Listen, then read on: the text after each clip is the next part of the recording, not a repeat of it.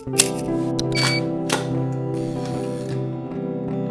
Island, Brooklyn, April 15th, 2024. The weather is starting to change, places are starting to open. Weekdays are still a limited schedule until Memorial Day. Everything is open on the weekends.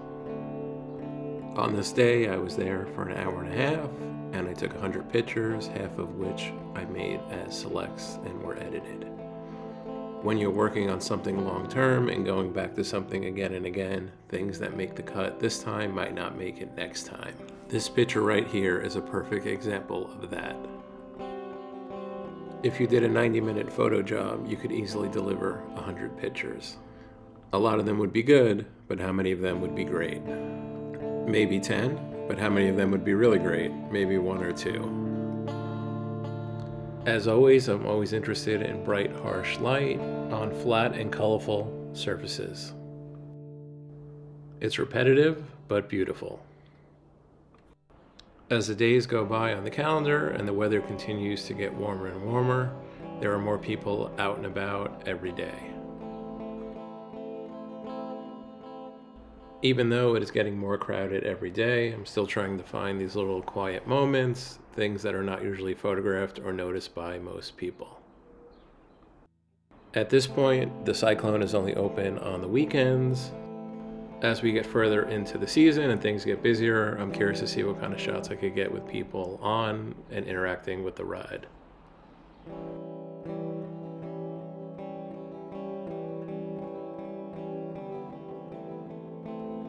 Looking back at these photos, I'm realizing how much blue there is in Coney Island, even without considering the sky.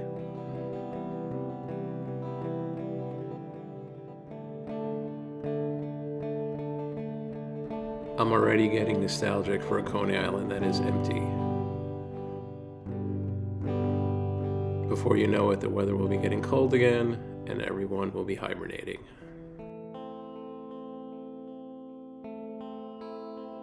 Pretty soon you'll only be able to see these grates closed in the evening.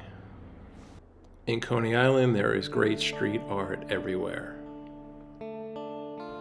The artwork on the security shutters of the businesses are some of the best that Coney Island has to offer as far as street art.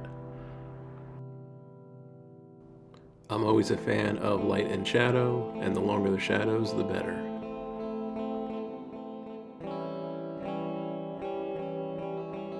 I've been to Coney Island countless times and I've never seen this sign before. It could be new, but I'm guessing I just probably missed it all those times.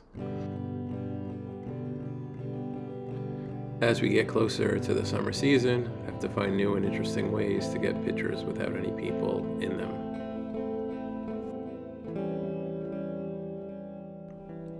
As it gets more crowded, it'll be easier to blend in and not be noticed while you're photographing.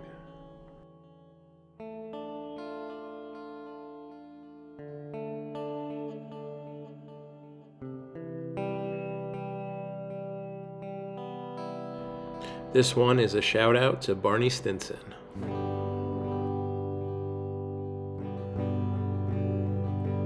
I always like photographing kites. I'm very curious to see if Coney Island still has the Kite Flying Festival. With more people comes more litter.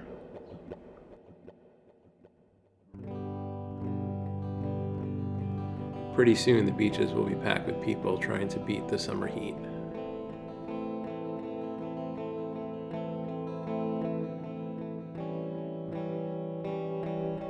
I've always been curious how people interact with public space. That could be writing with markers, putting stickers on, or changing anything that's been there before.